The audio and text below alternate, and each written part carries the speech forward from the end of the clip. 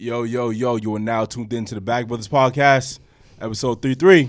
It's your boy Sully. It's your boy P. And we got a special guest. Introduce yourself, the one, the only, the Bruce, man, the myth. Bruce Shoo Carrington, man. We in the building, Brownsville in the building, baby. Oh, shit. Stand up, Brownsville in the building, stand up, you know what I'm saying? Brownsville, Brooklyn representative. Brooklyn Knight. Yeah. Damn, welcome to the podcast, you know we got man. You know what Browns always got to do it big, son. Exactly. Come on, son. You're the biggest podcast, baby. You know what's going on. Boxing champ right here, baby. Yeah, You know what I'm saying?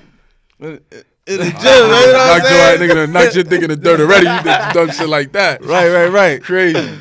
All right, we know we gonna get to him in a little bit. Yes, we gotta hit you sir. with the tip of the week. You know how we start the podcast. Be brave, but not stupid. Walk humble instead of puffed out with pride. Be unafraid, but not careless or casual. I'm gonna give it to y'all one more time so I can let it breathe a little bit. Double up. Be brave, but not stupid. Walk humble instead of puffed out with pride. Be unafraid, but not careless or casual. Bruce, take the first crack at it, man. Hey, man. Hey, that's. I feel like, that's something that you could go through with life, man. For real. Because a lot of dudes, they be feeling like, they be like want to be brave in certain situations, but sometimes you got to be like, strategic in certain type of situations and like stay away from certain things. Certain life choices. A lot of dudes, especially from dudes in the hood. They be trying to be brave all the time. You know what I'm saying? Sometimes it's cool, like turn the other cheek or walk away from certain situations. So I feel like in that wording, man, I felt like it touches deep in that sense. You know what I'm saying? Okay. That's what I took from it. Okay. Word. P. Damn, he took the words Took out. the words my out. mouth. Right? Can't follow up after that. Yeah, I think listen, he put a button on it right there. I ain't even gonna waste none of y'all time. Listen, I mean, y'all do what y'all do with it. Yeah. Typically, because every episode, and it word. may not relate to you in this episode, right? Again, All the time. we have 33 different episodes now that you can relate different tips to it when you want to relate it to. So we move on with BBGC. We got the water wave out here. You know what I'm saying? Essentials out here in the building. Definitely. Need a sponsor. Definitely need a sponsor. Essential, y'all be Around, watching man. my story when I be tagging Sponsors out out here, Yeah. man. We over here tag y'all. We turn the man. bottles on Yeah. purpose and shit, Yeah, like, you know what all I'm saying? Trying to position this shit. Yeah. I gotta send us a little sponsor. Son, but they be watch, every time I man. tag them in the BBGC post, they be at the bottom of my shit like, Essential what? Water. I'm the boxing champ over here drinking the water. Come too. on. We trying to put y'all Sponsor on. Exactly. Y'all, I We know didn't y'all have to listen have to him the here podcast. drinking that We don't water. got Gatorade. Yeah. We Coulda don't got Poland Spring. Yeah, We exactly. got Essential. Come on. We coulda got that. Fiji. Listen, I had Fiji a Fiji close. a couple days ago. Fiji's closed. We could It have had the was Sani, refreshing, them baby. niggas over there. Besides that, BB 30 for 30. Make sure you're working out, staying fit. As always, we got the box champ here. Yeah. He'll let you know what it's like to stay fit always. So Definitely. giving little gems on that. I mean, well, one main thing I say, I'm on a plant-based diet. I've been plant-based. Plant-based Yeah, diet. yeah, man. I've been. P didn't plant-based. mention that too, though. Nah, that nigga eat meat. Nah, I seen something on the story. They was I teasing seen- you about the. I seen a chick. Yeah. I seen a Chick-fil-A stands on his shit too. Nah. I ain't That was- putting that on him. I ain't putting that on my boy. I ain't seen All right, that. it wasn't him though. I ain't seen that. I seen the whipped So essential. cauliflower. Essential. Hold on, he's doing plant-based and drinking your water. Health is wealth. Health is wealth. You know what I'm saying? Yeah, You give know it what to I mean? him. But yeah, man, I've been on a plant-based diet for 2 years, and man, it's a total difference from me eating when I used to eat meat and feeling sluggish and thinking that it's a regular thing, having acid indigestion and just ignoring it and thinking that everything. I used to get sick multiple times throughout the year. I probably get sick like once a year now, man. Like, you know what I mean? That's real shit. Like, you know what I mean? That's us too, right? Yeah, We pescatarian, Yeah, but that's I'm right. transitioning. I'm I'm not transitioning. transitioning to shit. Yo, listen, it's I'm not good. that bad though, bro. I'm telling telling you, him. it's really not that bad once you figure out the things that you can eat, Right. and that you can get to them fast, or you just learning to cook up in the crib, and it's easy to do, man. And then you feel the dividends, like you feel the goods, like the good energy from the food and everything that you eat, that you put in your body, man. You really got to realize the things that you eating is just not the right things for you, son. Like those are the causes of you getting sick and different diseases and stuff like that. You put on plant-based, you healing your body and recovering your body better than certain medicine that you eat. Medicine that you put in, it treats you. A lot of the food that you could put in your body for help to recover from sickness, it cures you. It's a big difference, son. Treating and That's curing. peace. That's You peak. gotta understand the difference between the two, right? Definitely. And that's not temporary. You know what I'm saying? All that pill popping and shit is temporary shit. All right, cool. So I think we covered those two We on the road. important. Listen, I ain't wasting nobody's You know what I'm time. Let's saying? get to it, We give baby. it to them. So weekly recap. How was your week, P? A little bit of a roller coaster. Okay. We lost Pop Smoke this week. Definitely. So that was tough. Yeah, that that was a fucked tough me one, up. son. That Word fucked up. me up early in the week. My school schedule is a little bit different, so I took a final. Yeah. I took a final Saturday, and then I rushed from my final to go set up for the party. My mom, we had my mom's That was 50th lit. birthday party. You know. And yeah, other than that, it was Happy it was, birthday, moms. Yeah, happy birthday, Yeah. my old Earth, Yeah. peace. But yeah, the Pop Smoke thing, man, that fucked me up, man. It's like even driving here today, I'm like, damn, son, Pop dead. Yeah, I was thinking about that a lot the day after he passed. Like when I remember when I saw it, like one of my mans, he had posted it on his story, and I was just like, I was in disbelief. You know what I'm saying? That's how it be. man. And even when it was confirmed, I was disbelief. But then the Yeah. next day, I really thought about it. Like, dang, Like this he dude's never gone. coming. Yeah, It's still crazy. Like he's Son just was gone. 20. Death Yeah, is he was corny. baby, son. You know what I mean? Yeah. He was, man, that was sad. Yeah, man. And his last album, Meet the Woo, just came out. Meet the Woo 2 just came out. yeah. You know what I'm saying? And he was gonna do numbers on that. And he was gonna go on tour too. Yes, sir.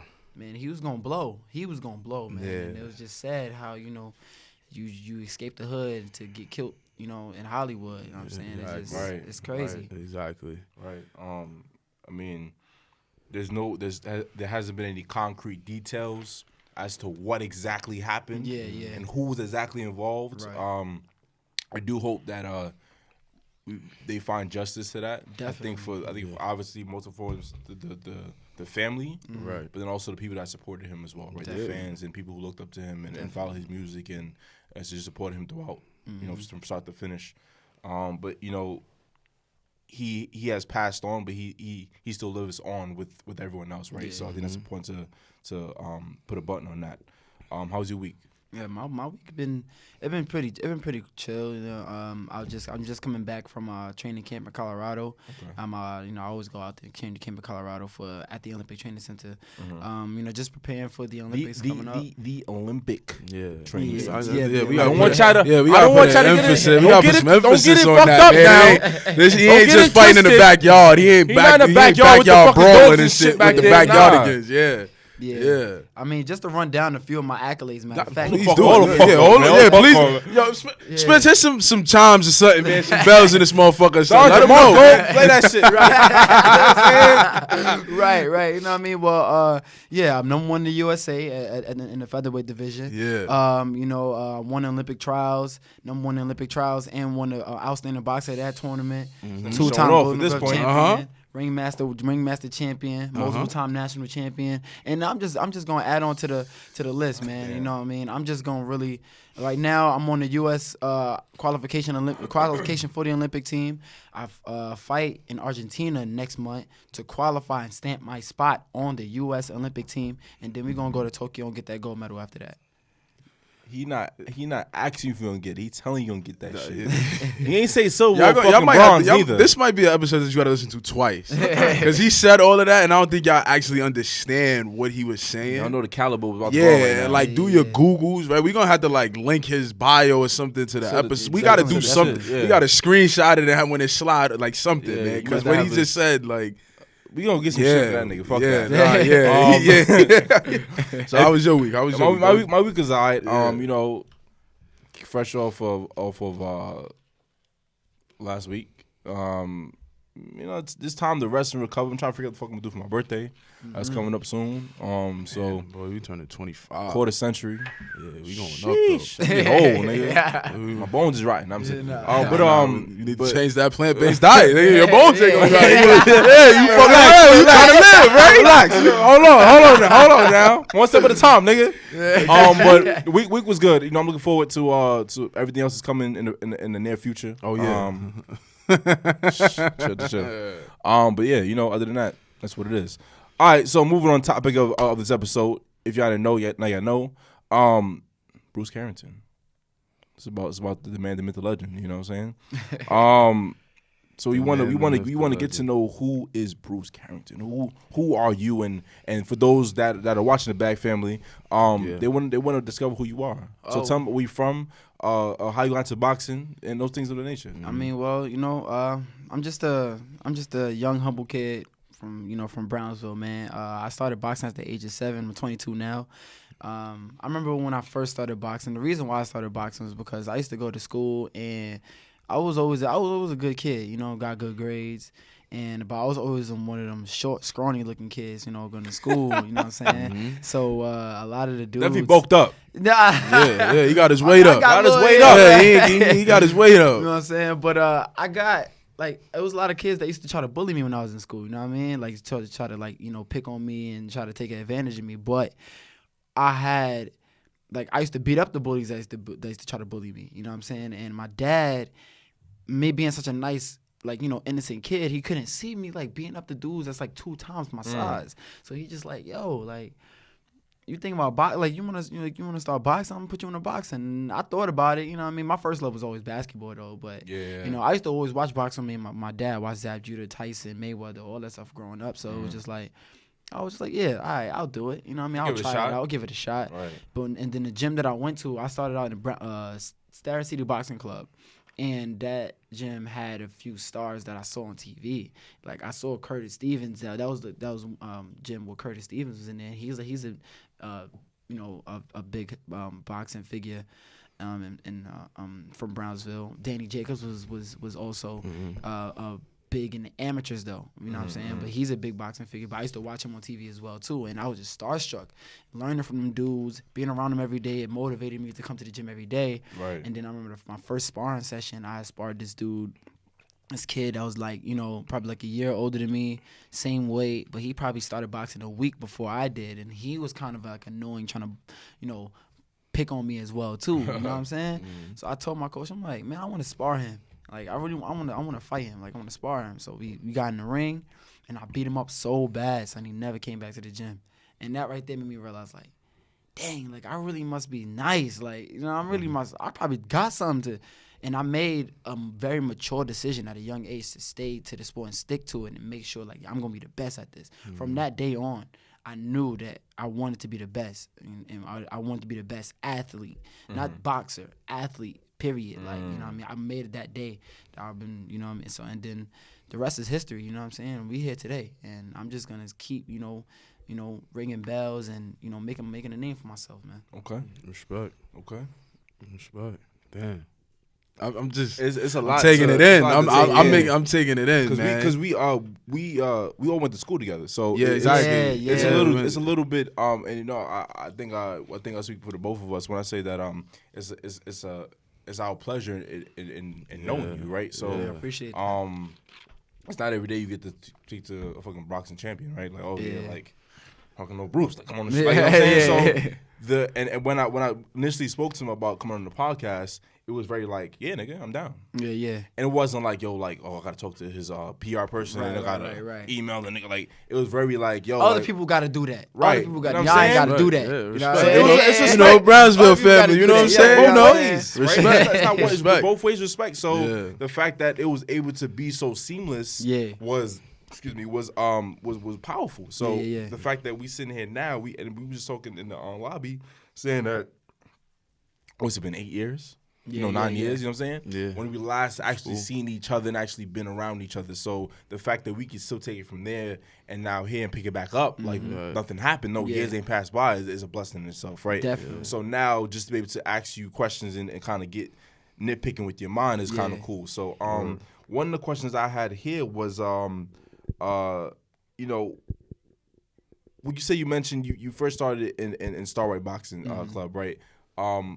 What was that first feeling like entering that boxing space? And you seen people over here, you seen people that you seen on TV at the spot as well. How it was overwhelming? Was it I'm a little nervous? I don't know if I'm gonna do as well as I did fighting the bullies, right? Because this is niggas is actually fighting, right? They know what they doing. It's not a street fight. So how was that adaptation? Well, I remember. Well, I mean, just my first thought going inside the gym, it was I remember me just the whole environment, man. It was first time going in the gym, and it was so stinky and sweaty. I remember it smelled like feet. Like it was like it was so stinking. You know what I mean?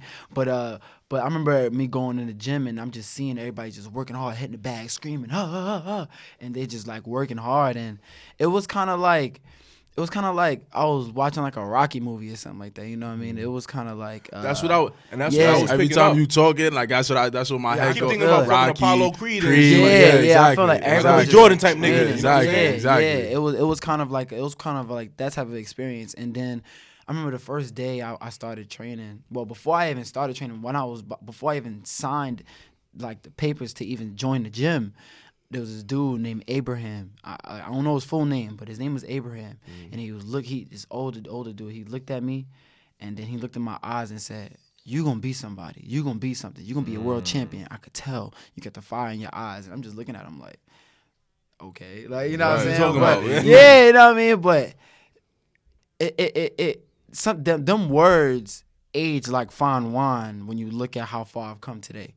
You know what I'm saying? So it was just like, you know, he probably really felt something, probably really saw something in me, and it's just kind of like, you know, it kind of surprised me, and it made me feel like, dang, like this dude probably saw something in me like way like before I even started. Like that's something that probably God sent down and told him to tell me, you know.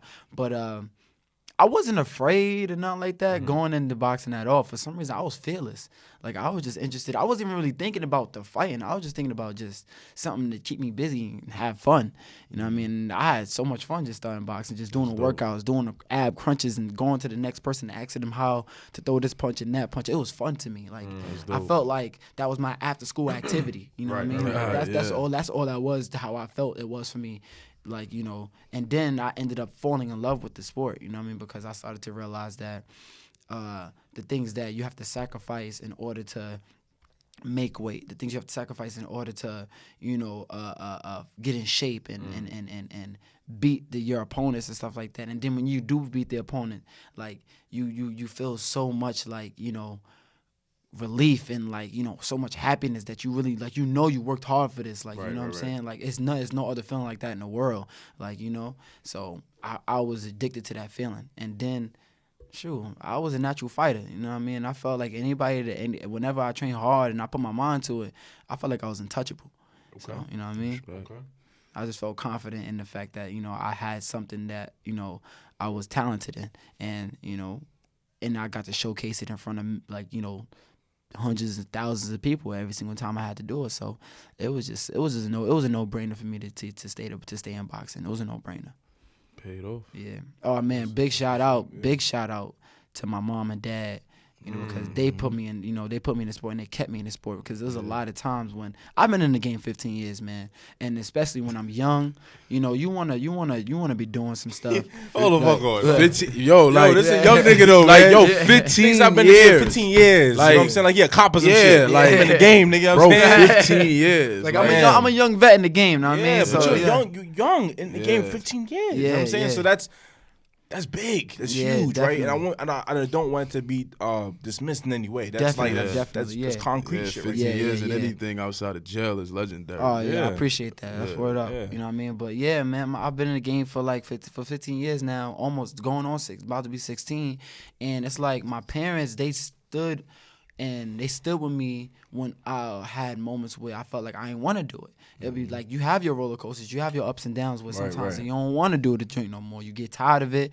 You might lose the love. You might feel like you plateaued, and you might not believe in yourself no more. I've had all of those experiences. Like, I've been in the game long enough to have every single emotion and type of trial and error you need to have, like, in when you're on that road to success. You know what I mean? So my parents, they stuck with it and pushed me. I know I got on their nerves so many times before when I ain't believe in myself, and I know I got on their nerves so many times when I just didn't want to do it and I wanted to try something else, or my dad was on me day after day, like, you know what I'm saying? Like, he made me realize that, you know, a lot of this whole stigma going on right now, and it's just like, let the kid be a kid. Like, let your kid do what he want to do. Man, kids don't even want to be taking showers, bro. Like, what you gonna really let your kid do what he want to do, bro? Man, listen, man. Real shit, man. Certain parents, you know, Beyonce's dad or Michael Jackson's dad. You know, they make seem as extremists, but Beyonce wouldn't be Beyonce, and Mike Jackson would not be Michael Jackson if it wasn't for their dad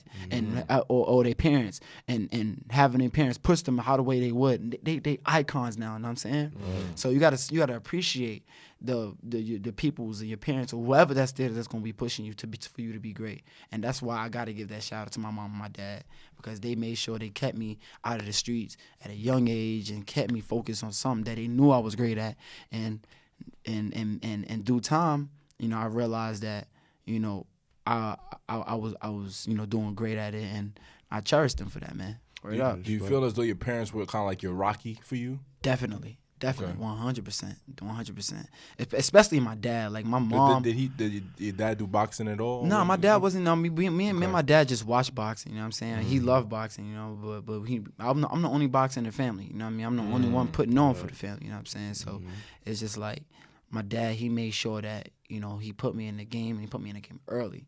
Because he knew, like, you know, he knew that, you know, the streets, sometimes if you ain't going to be doing nothing early or you're not interested in anything like that, you know, like, it can influence you to want to do other things that, well, I see like, you mentioned cool. that it was an extracurricular activity. So yeah, you go to school, then you go to boxing, right? Yeah. So it was a great transition. Definitely. For you to be doing something actively, right? As opposed to, like, I'm out of school, I'm walking around the streets. I'm going to the corner store. I'm doing that thing. Exactly. No, you take your ass to boxing. So that was great how that kind of worked out perfectly. Yeah. So yeah. Definitely. And then plus, you know, and then after the boxing training, you be so tired, you don't be wanting to do nothing. So you want to go home and sleep and then start the next day. School, boxing, training. School, boxing, home. School, boxing, home. That's how it was every day. Okay. Structure. So let me ask you. So I mean, you know, we coming off the Deontay Wilder, Tyson Fury. Shit, here it go. Oh man. PHM, you know, there's a right, lot going on. Did you watch it first and foremost? Definitely, man. Okay, Yeah, definitely. Is there any boxing show? I'm sorry. Is there any fights you don't watch or you didn't watch? I mean, well, it's few boxing fights where, like, you know, that's probably like not the big headliners. Like I probably wouldn't watch. Sometimes depend. Like if it's not a headliner, then if I'm gonna watch it, I gotta know the person. Right. But if it's not, like, I'm not just gonna watch each and every single fight. Like, a lot of fights. Dudes, some dudes be boring. Some dudes be real boring, and some dudes I just don't know. So I'm not gonna really be interested to watch it. You know what I mean? All right, cool. Let's get back to the so main question. So just, you know, I know it's not boxing per se. I need some Skittles, man. I hope y'all watching this damn YouTube video. I just please got Skittles in this YouTube shit. You know what I'm video. saying? So first of all, kind of dry. Pause. Hold on. Hold on. What you putting in your mouth to make it wet? Boy, what's wrong with you? Like, come on. Like, yo, no, the guy. Hold on, we getting back. This is just toxic masculinity. So what did you think about the fight? Did you think it was a good fight? Man, right? yeah, that was man. Look, first off, the hype behind it. Everybody was like, it was a big hype behind it because the first fight was great. Yeah. But man, you gotta understand. Listen. Wait, hold on. Yeah. Well, I mean to cut you now, but you saying it's a good fight. You're a boxer, right? You're known by 15 years, right? Yeah, well, that's MMA, so we gotta. Huh? Like, that's not boxing, right? What you talking about? Deontay Wilder and Tyson. No, that was boxing. Oh, all right. MMA? Boxing. Yeah, what the fuck going on over there? Listen. And there was no. Who was watching over there? There was no kicking. Well, he was licking. No he was choking, licking the neck and all no that. I don't know what the fuck was he going over there. I don't know what. I thought it was. All right, so all right. Nah, but but you gotta understand this, man. People said it wasn't a good fight because he got his ass whoops. Listen, but you gotta fight. No, it's a story behind that. Though, all right, you know what I'm saying? Right. That's what made it. That's what I want to hear you talk about. Yeah, I want to hear you talk about that. It's a whole story behind that, man. You gotta understand that Tyson Fury, man. That dude, he came off I want to say like a 3-year layoff. I don't know how long the layoff was. Let me not say any lies, but he came on a pretty long layoff before he fought Deontay Wilder the first time. Right. Yeah. And he came off big. He was going through depression, drug abuse, suicide. Like he was having suicidal thoughts. Like you know, he was going through it. Yeah. And for him to come back and train as hard as he did, and then fight one of the scariest men in the division, one of the scariest men in boxing, period. That's just knocking everybody head off. You know what I'm saying? Heavyweight, right? In heavyweight division, yes. He's knocking everybody head off with the simple right hand. Like, bro, that right there takes guts. You know what I'm saying? Right. And then he did well in the first fight. And the only reason why it was a draw was because Deontay Wilder knocked him down twice. And then when he knocked him down that second time, you ain't like you. When I first saw that fight live, and when he knocked him down that second time in the last round, I'm like, oh, the fight is over. Right. The fight is done. Yeah. Like, he was stretched out, son. Like, his arms was out, legs out. He was stretched out. And he got up, like, at the count of 7. Like, I was like, oh, this doing some Undertaker joint. Like, you know what I'm saying? Like, but that's mentality, though. That's mentality. Right. Nah, yo, he came up like, bro, he came up like somebody up from the dead. Like, right. You know, yeah, exactly. That's exactly how it seemed like he got up. And that's mentality right there. Because he could have stayed down. He could have been like, nah, like, I'm done. Like, that dude hit hard. Like, nah, that whole fight before around them 2 knockdowns, he was boxing spectacularly. And then the fight was a draw. The second fight coming up, there was so much, like, you know, back talk from both of them guys, and you know, Deontay Wilder's my guy too. Like, I love Deontay. Me and like I've trained with him. I know his coach. Everybody, you know, I'm cool with them dudes. Backing you, bro. You know what I mean? And definitely 100%.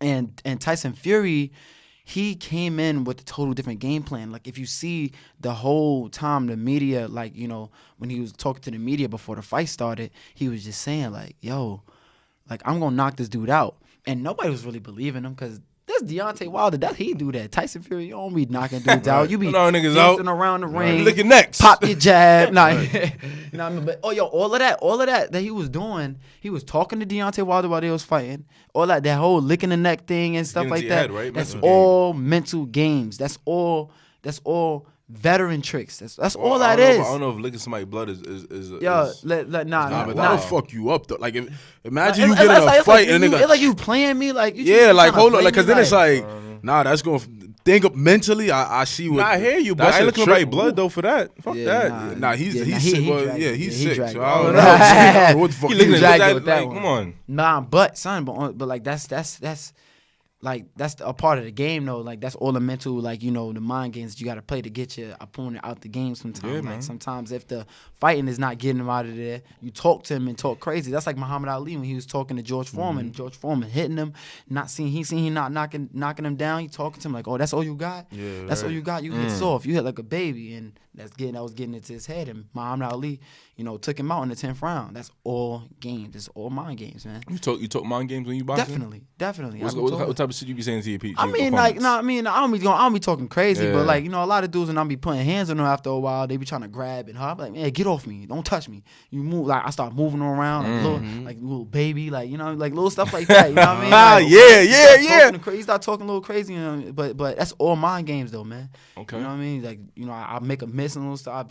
Ain't touch me. Oh, boom, boom. Like, easy, but I start talking to him, like, you know. So that's just, you just kind of like gotta use all type of, like, you know, things to try to get in your person's head. Even people be playing ball, you know, Kobe. Yeah. Talking crazy. Kobe one of the main trash talkers, like, you know what I'm saying? Yeah, man. You know what I mean? So that's all a part of the game, though. That's all that was. Man, but Tyson Fury, man, he came in that fight.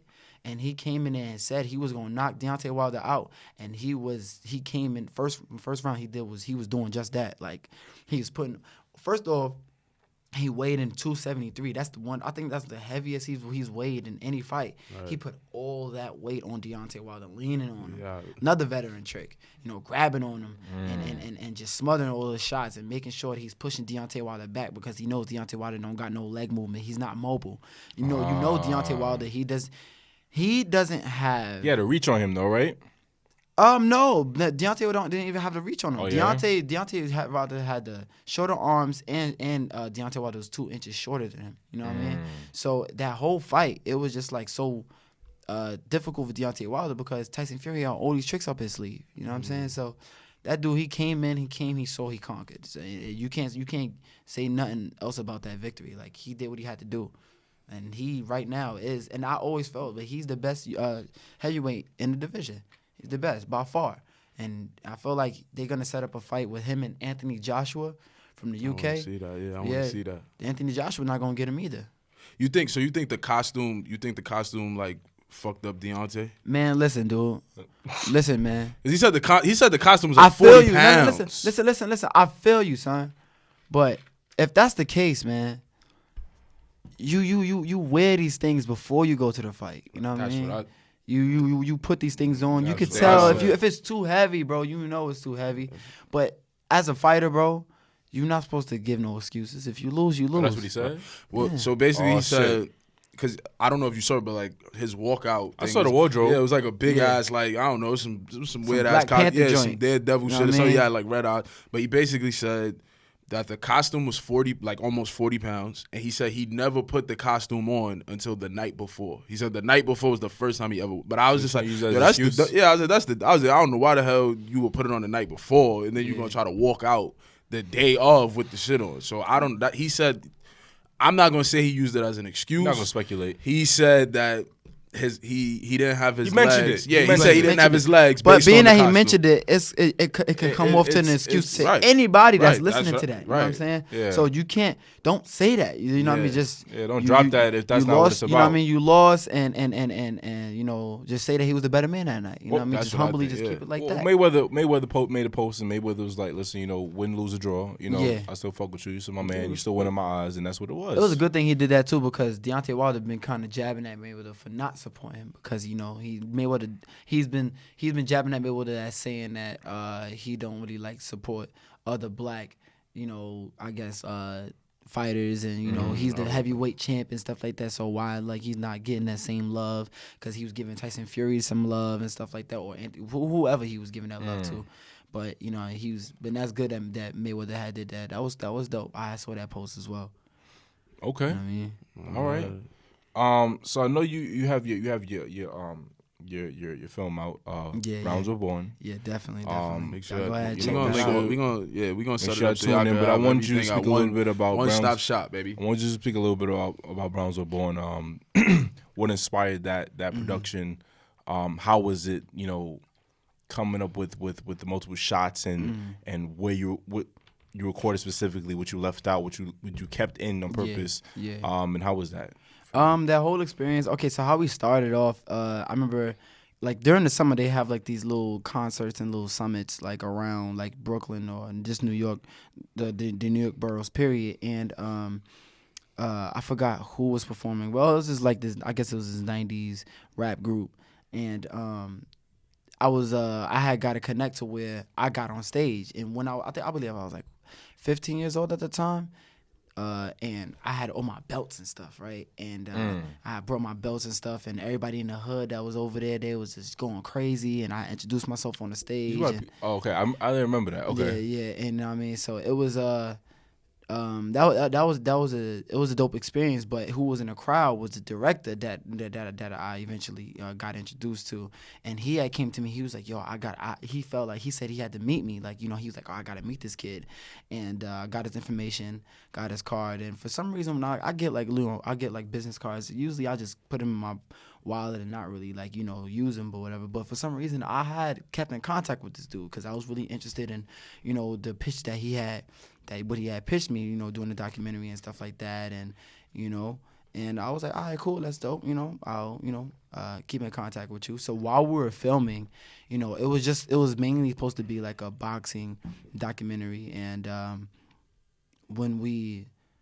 during the whole thing, in the midst of us filming, my brother had passed. You know, my brother had got shot in East New York, and that's what kind of made the film change into something totally different. It became much more of a, you know, gun violence awareness type of movie, but also a movie to where, like, you know, it was just a strong set movie that taught, you know, acceptance and, like, you know, losing a loved one, you know, forgiveness. You know, it's just a lot of things in that movie, man. You know, redemption and a lot of, you know, I just felt like it's like if you guys, you know, watch the film, it's definitely something like a beautiful piece, and y'all gonna definitely need some tissues for it, maybe. You know what I'm saying? Because it's it's definitely moving. Because I sat down and I watched it, and it was very, very. I'm not gonna give you guys all the scoop of it. You guys need to watch it, but it was very vivid. Yeah. It was very realistic about what was going on, because it was real. And you know, I enjoyed watching it. Yeah. I enjoyed I enjoy knowing you and be able to take you and put you into the documentary and see that how that kind of coincides with each other, right? So it was a very, very well put together piece, I would say. Definitely, I appreciate that. Yeah, it took 3 years for us to finally get that out. You know, it took us like the whole production was like 3 years in the making.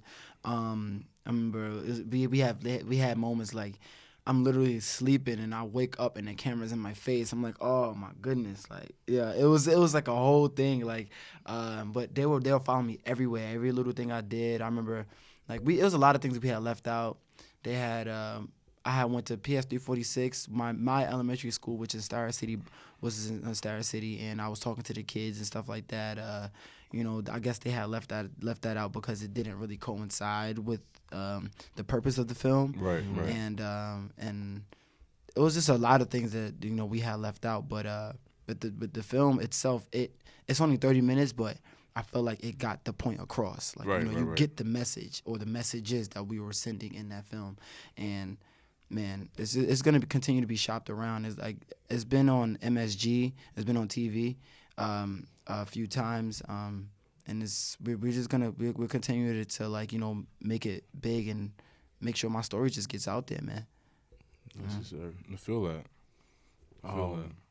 So you spoke earlier about like traveling to Colorado Yeah. for training camp, and you said you're going to Argentina. Mm-hmm. You know, we travel a little bit, so you know, It's a little bit, not as much. Yeah. Not as much. Clearly, you know what I'm saying? Mr. Olympic. It's a little bit. Going to Tokyo. That's not about us. It's not about us.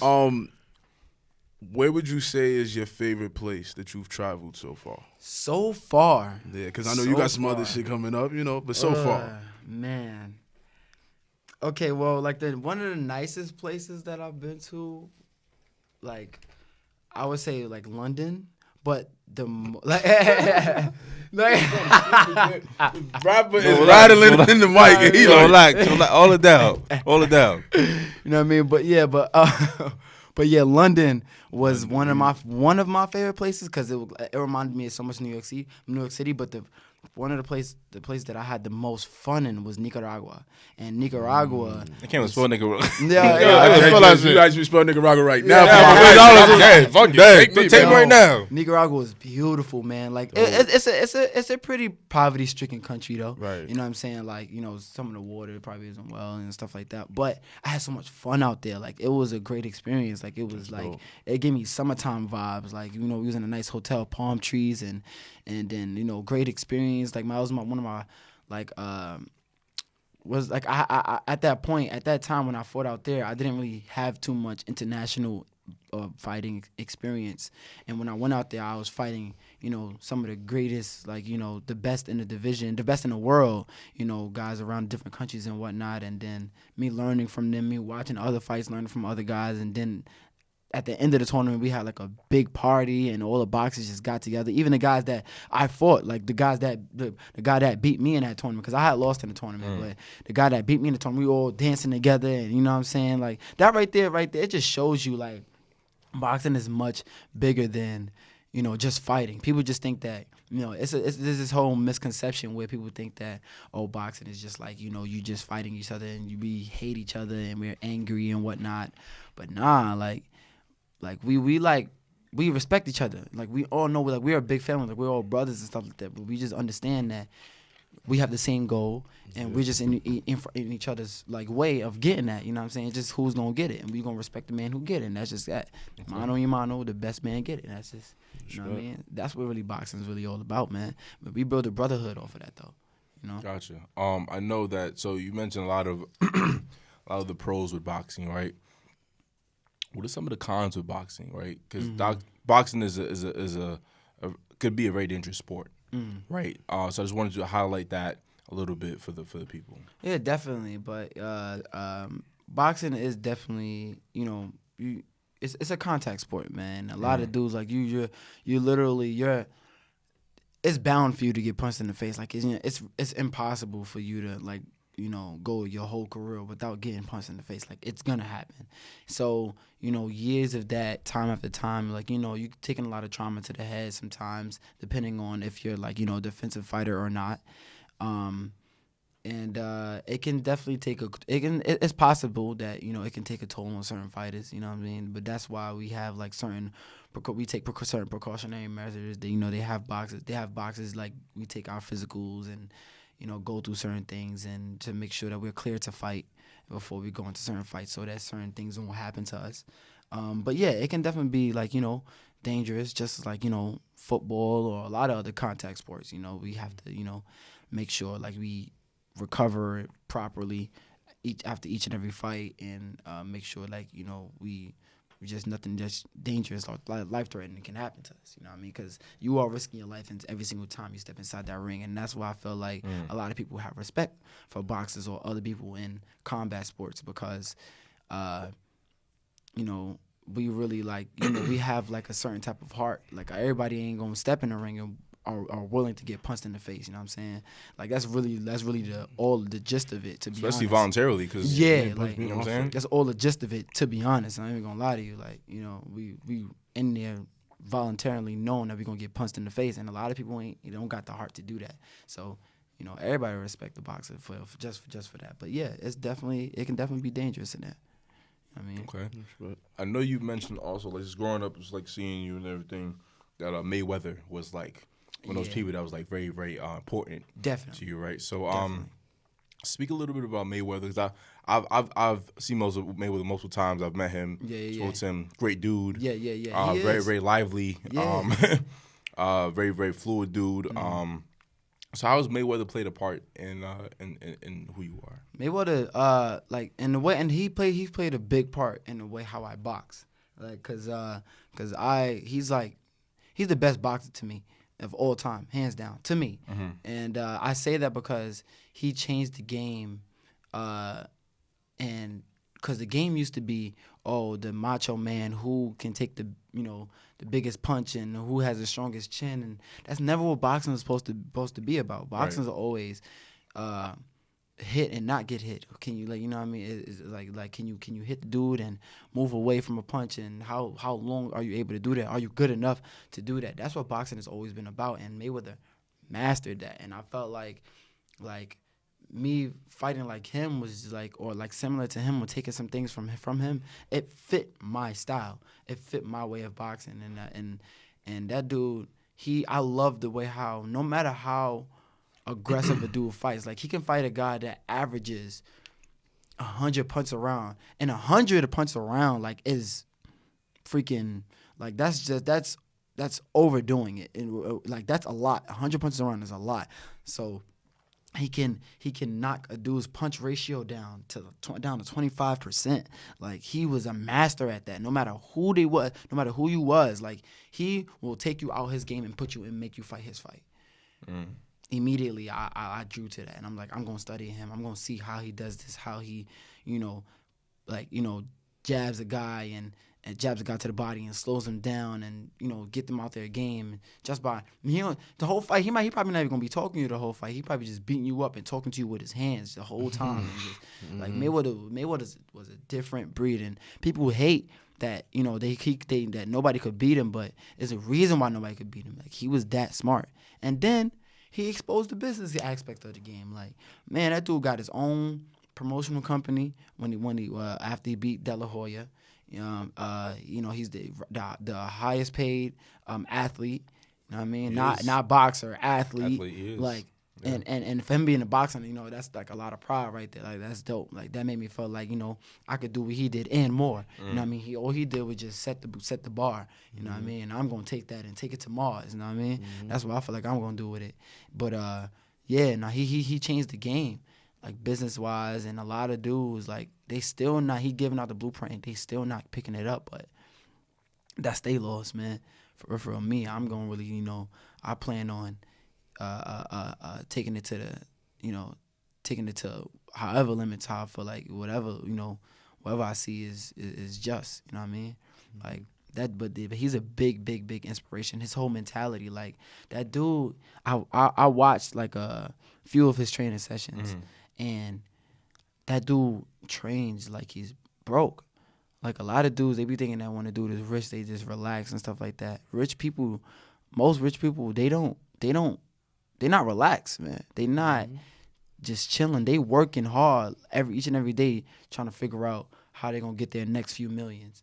But you know what I mean, they up early, like you know what I mean, they up before everybody else is up. Everybody else is up. You know what I'm saying? He's up running 4 o'clock in the morning while everybody sleep. He'll literally go to a club and party a little bit, not drinking, but he'll party a little bit, drink his little juice or whatever, you know, what's like, you know, what if he's doing, and then go and train right after he leaves the club. Like that's the type of dude he is, and you know what type of mentality you gotta have. Right. That dude is a different breed, and I kind of just fed off of that. You know what I mean? I was like, I want to be like that. Mentality, like I want to be like that. I don't want nobody working harder than me. Nobody's gonna be working harder than me. And you know what I mean? I try to put it in each and every day. You know what I mean? Put that hard work in each and every day. Speaking of that, like, what's your pre-fight routine? Like, do you have? Here go to a little detail. Yeah, don't you don't gotta give them too much. I don't want people, you know, I want your opponents listening. You know, they gonna tap in. That's how he do it. All right, that's what he doing. All right, we gonna spike this motherfucker. This motherfucker. But you know, give as much as you can without giving up too much. You know. I mean, yeah. Though, to be honest, it's like, you know, it's not nothing too crazy. I mean, me, one thing I know, I gotta make sure I have everything. Everything has to go right throughout the day. Like I gotta, like, you know, nothing can, like, you know, kind of offset me throughout the day. But even if it do, like, you know, I have that, you know, mentality to get myself back focused. And the only thing I really do is just make sure I get up, eat the right things I need to eat, and make sure I put that energy in me. And then make sure, and while I'm just boxing, while I'm just getting ready to fight, I you know, listen to some music, you know, bump some 50 Cent. You can't go wrong with 50 Cent. Listen to some Hustler's Ambition or some Mini Man, you know, something like that. You know what I mean? So I get myself in that mode, into that killer instinct, and then it kind of shows on my face. Like, y'all know me, y'all never seen me, like, y'all know me as, you know, Bruce, you know, a kid from school and everything like that, but like, y'all never seen me, you know, before or while I was fighting or while I was in a fight, while I'm boxing or even while I'm training. Like, my whole face or my whole demeanor just changed. Like, I turn into, like, a different person, like, you know what I'm saying? And then once everything is done, I snap right back into myself. But it's kind of crazy. Yeah. Some Batman shit. Right. Yeah. Bruce Wayne, Batman. Right now, yeah, right. Exactly. Batman on that. Exactly. It's kind of one of them scenarios. It's just kind of it's a switch. It's like a little different. It's like a different mindset that I get into. But yeah, I turn into like a beast, son. Like, you know what I mean? I just mean mug, and I remember my last fight when I fought in the Olympic trials. That was for me to get on the Olympic qualification team that I'm on now. And my brother was out there with me. We was out in Lake Charles, Louisiana, and he never really was around me before I fight and nothing like that. So that was his first experience being around me. And he was just like, he's trying to like talk to me and stuff like that, and I was not trying to talk to him. Like he just like, he's calling my name and stuff like that. I'm ignoring him. And my face is all, like, you know, scrunched up, like I'm angry. He's like, yo, man, what's up? Like, you angry? I ain't do nothing. I'm laughing at him, though. I'm like, nah, I'm good. Like, I'm just in the zone. You're in the zone, exactly. You know what I'm saying? I'm just in the zone. Exactly. Yeah. So that's kind of just that's kind of just how I get before I fight, though, man.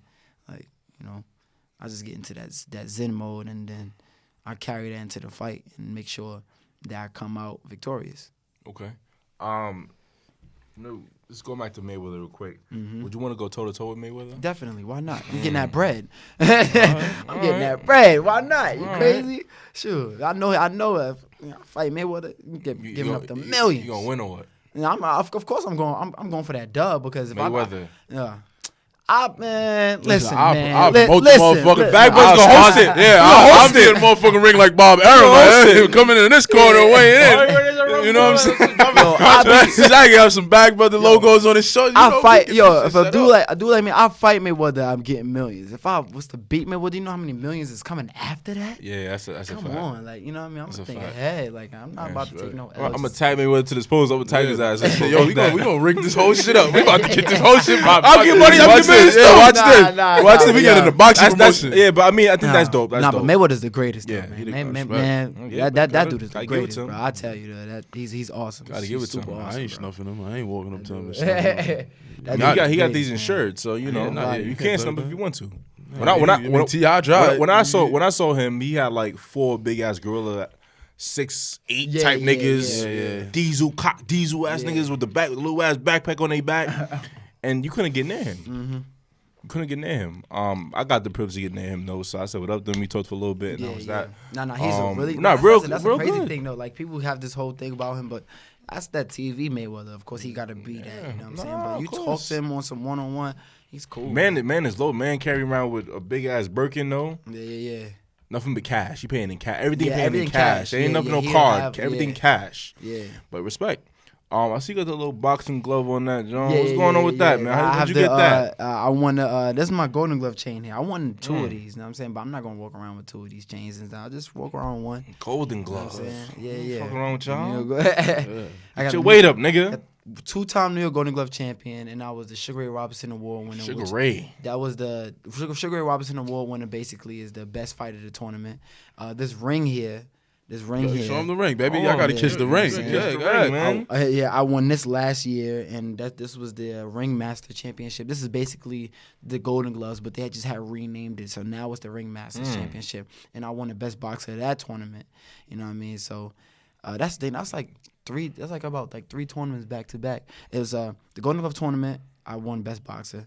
Ringmaster tournament, I won best boxer, and then the Olympic trials, I won best boxer. But I think the Olympic trials one is the most prestigious award that I got so far, because when I fought in the Olympic trials, see now the Ringmaster tournament and the Golden Glove tournament, that's just New York tournament, that's a state tournament. Mm-hmm. The Olympic trials is not just everybody that's in the United States and that's in the country, but that's the who's. Like, you have to make it to the Olympic trials. You have to qualify for the Olympic trials. Only 8 in each division was only allowed and qualified for the Olympic trials. You know what I'm saying? We have to fight in tournaments to know it. So the who's who, the best of the best. There's another me in other cities and states, you know what I'm saying, that was out there. And my skills and my performance and my integrity and throughout everything was looked and appreciated and throughout everybody in the whole tournament, and that was like dope that I got recognized for that. Recognition, like word. And in that tournament, I mean, I'm gonna just put in the seeding was 1 through 8. I was the 8th seed. First day I fought the 1st seed, beat him. Second day I fought the 3rd seed, beat him. Next day I fought the 4th seed, beat him, and the last day I fought the 2nd seed, beat him. I beat all the top seeded dudes and beat all of them and left out that tournament undefeated. Yeah, y'all want to fight that nigga. That's what he's saying. That y'all want to fight. Yeah. If you ever get to a match with Shushu and is your name and his name on the paper, just run a problem. You know what I'm saying? I ain't mad at you, bro. Well, I do want to hear about like you going to the Olympics, right? Yeah. I don't think that's like something like I'm still. We also went to the Garden. Didn't you go to the Garden too? Yeah, I fought in the Garden. Yeah, went to the Garden. Yeah. The Garden is cool, but this man is going to the Olympics. I fought in the Garden, fought in the Barclays Center and all that. Yeah, that's cool, man. That's jumping. You going to the Olympics, man? That shit sound good. Let's go, bitch. All that, man. You from Brooklyn, man. The Olympics, nah, bro. The Olympics. Let's go with that, man. Yeah, like shit, like. I don't even like. That's just like mind-boggling. Like LeBron James, Kobe, like Michael. These people played in the Olympics, and these are the Olympics is supposed to be the best of the best. Yes, not supposed to be. It is. You know what I'm saying? And like somebody from our neighborhood, somebody from the same school as like. Yeah, man. Where the podcast Olympics at? Yeah. We need to be in it. We need to do a podcast episode from the Olympics. Where the Olympics at? This year, Tokyo. Tokyo. I need a mic, like gold mic or some shit. I'm going right. The big ass. Dip that shit in gold. We gonna put it back, but this new back. We gotta get this shit dipped in gold, baby. Yeah, come on.